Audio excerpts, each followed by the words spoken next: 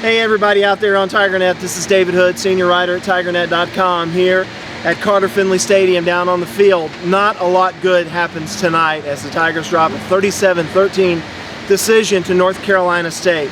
We just finished our post-game interviews with Clemson head coach Dabo Swinney, offensive coordinator Chad Morris, defensive coordinator Kevin Steele, Taj Boyd, Landon Walker, Brandon Ford, and the recurring theme through what everybody was saying was embarrassing. Landon Walker, the senior right tackle, said this was the most embarrassing loss he's been a part of in high school, college, middle school, pee-wee, whenever. He said this one takes the cake. And for the Tigers, really, the story is in that second quarter when NC State scored 27 points. And it all happened on that end of the field down there. A couple of turnovers, a long punt return, special teams mistakes, and North Carolina State got the ball at the 7, the 11, and the 14-yard lines.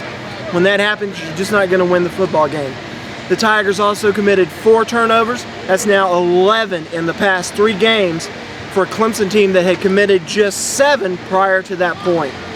Right now, all of the focus for Clemson has to be, forget this one, let's concentrate on beating South Carolina next week, because obviously this kind of effort next week gets you embarrassed in Columbia against your arch rival.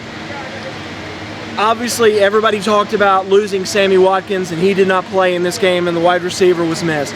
But really, who was missed the most was left tackle Phillip Price.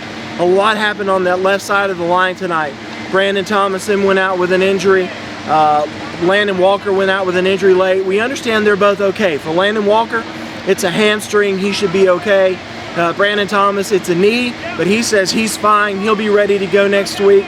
Phillip Price, still questionable. Also, Martavis Bryant, he went out with a neck injury. Looked like maybe at some point in the first quarter. He never returned, so the Tigers already down a lot of really good players. The good news, Sammy looks like he'll be back next week, and that's when Clemson has to concentrate on winning the state championship. This is David Hood at Carter Finley. Not a lot good to report. Still brought to you by Dogs on Pelham. Go see Rick Porter and the guys over there. Tell them you saw this on TigerNet. They'll give you 10% off your entire bill. Have a good night.